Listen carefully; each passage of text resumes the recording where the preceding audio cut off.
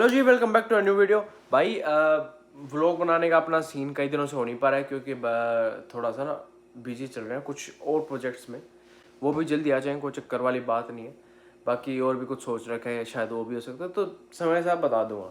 तो भाई आज का अपना टॉपिक आपने देख ही लिया, थोड़ी बैड न्यूज़ है फॉर इंटरनेशनल स्टूडेंट्स जो कनाडा में आना चाहते हैं, और उनके लिए भी, मेरे लिए भी थोड़ी सी बैड है सम वे में, पर अच्छी भी है औरों के लिए।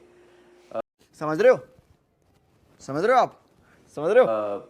जो आने वाले उनके लिए अच्छी है, पर थोड़ी सी मतलब जो पुराने थोड़े बहुत बंदे हैं उनके लिए बुरी भी है। क्योंकि अपने वीडियो के भाई दो मेन टॉपिक रहने वाले हैं। पहला कि पार्ट टाइम जॉब क्यों इतनी ज़्यादा कम मिल रही है, ठीक है। और भाई सेकंड टॉपिक अपना स्ट्राइक। तो भाई स्ट्राइक किस चीज़ की हो रही है, क्यों हो रही है, वो भाई वो भी सारी चीज़ आपको लास्ट बताऊंगा भाई। तो भाई अब बात कर लेते हैं कि कुछ यूँ कहते हैं कि रिसेशन आया नहीं है, तो रूमर है, झूठ है, सच है, क्या है। तो भाई ये सच्ची बताऊं तो सच है भाई। अब इसमें डरने वाली भी कोई बात नहीं।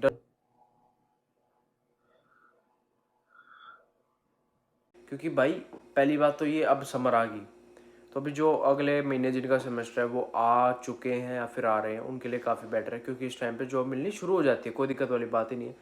तो भाई मेरे पास अभी भी कई सारी फील्ड, जैसे मैं वेयर हाउस में काम करता हूँ, पर फिर भी मेरे पास और जॉब्स के अभी भी इंडीड पे मैसेजेस आते हैं कि वी आर हायरिंग दिस मतलब शेफ़ के रिगार्डिंग। क्योंकि भाई शेफ़ में ना मैं आपको बता दूँ काफ़ी जॉब अभी अवेलेबल है। तो भाई जो नए नए बंदे आ रहे हैं जनवरी इनटेक में भी, उनको भी मैक्सिमम 4 हफ्ते 1 महीने में मिल जाएगी जॉब। तो कोई उस टाइम पे भी दिक्कत नहीं है, और अब तो दिक्कत है ही नहीं क्योंकि अभी समर है, तो समर में ज़्यादा जॉब अपॉर्चुनिटी खुल जाती है। एक और सेकंड गुड न्यूज़ ये है कि भाई जो अपनी थोड़ी सी मतलब जो पुराने बंदे हैं उनके लिए हल्की सी बैड हो सकती है, और है भी।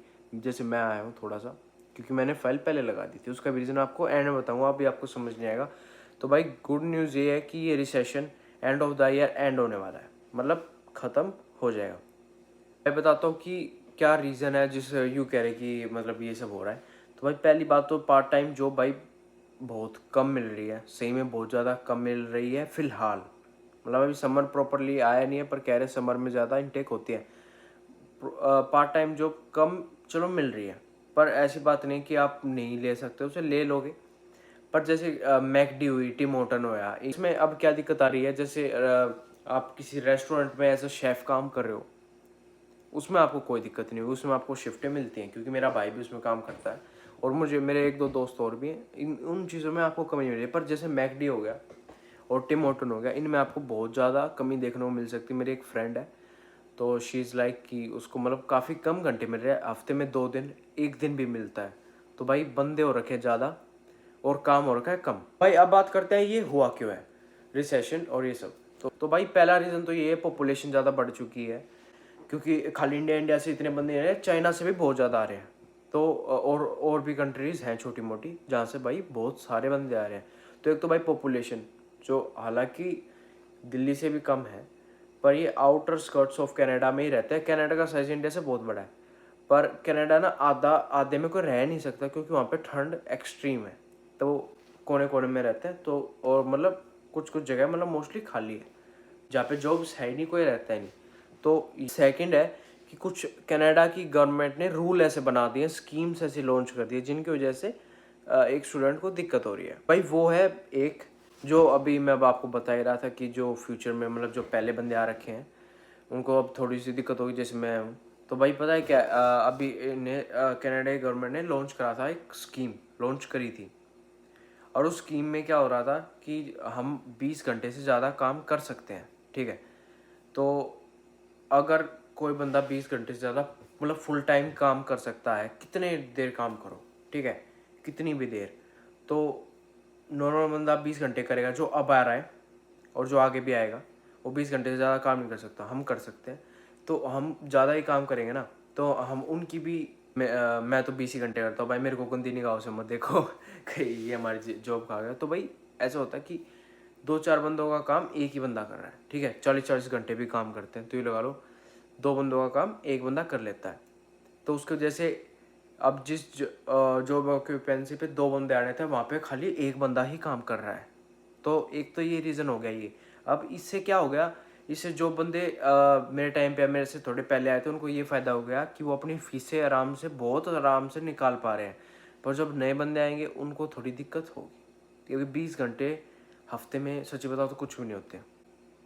आप यूँ देख लो, मैं 24 आवर्स करता हूँ हफ्ते में, 3 दिन जाता हूँ, 8 घंटे शिफ्ट लगाता हूँ, तो भी 24 घंटे हो जाते हैं। तो भाई अब बात कर लेते हैं अब इस रिसेशन से या जो भी सिचुएशन चल रही है इससे निपटे कैसे। तो भाई पहली बात तो कि ये जो चल रहा है कि बंदे ज़्यादा हैं, जॉब कम है, ये इंडिया में बहुत होता था। इंडिया के हिसाब से तो ये बच्चा है, मतलब हम बहुत कुछ देख के आ चुके कि जब भी कोई कनाडा आता है उसके वो टोरंटो जाता है, मोस्टली तो टोरंटो ही जाते हैं, टोरंटो ओंटारियो उस साइड ही जाते हैं।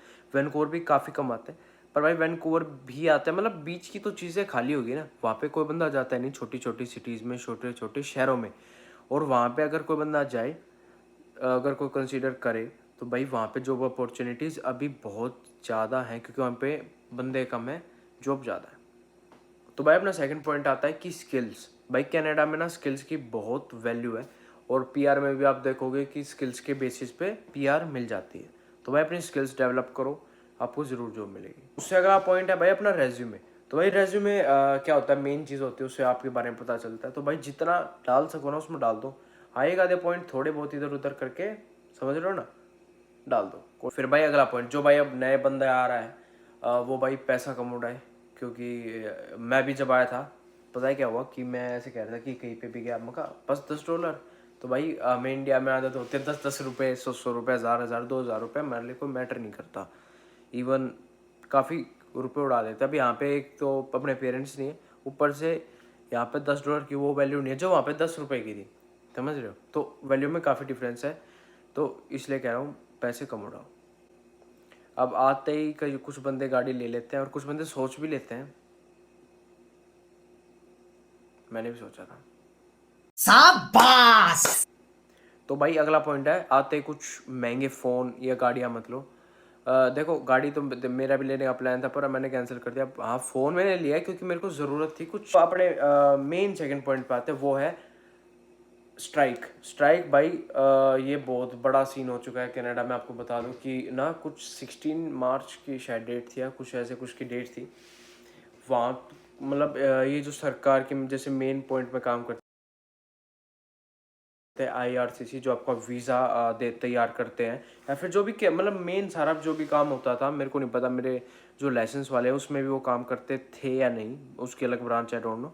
पर मोस्टली काम जैसे कोई बच्चा पैदा हुआ कनाडा में तो उसका नामकरण जो भी रजिस्टर करेंगे, वो सारे बंदे स्ट्राइक पे चले गए।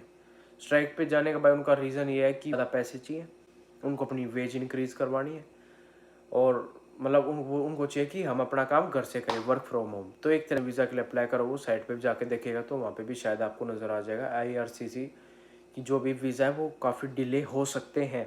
तो भाई जो अपने पहले के बैकलॉग थे, जब अपना कोरोना आ गया था उस टाइम पे भी काफ़ी फाइलें तब की आज तक लगभग हो ही गई है, पर अच्छी स्पीड से उन्हें कराए।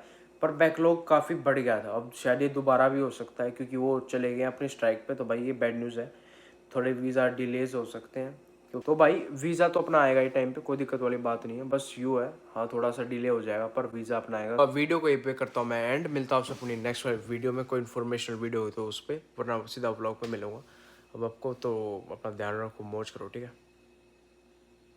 और भाई एक बात और, जय श्री राम।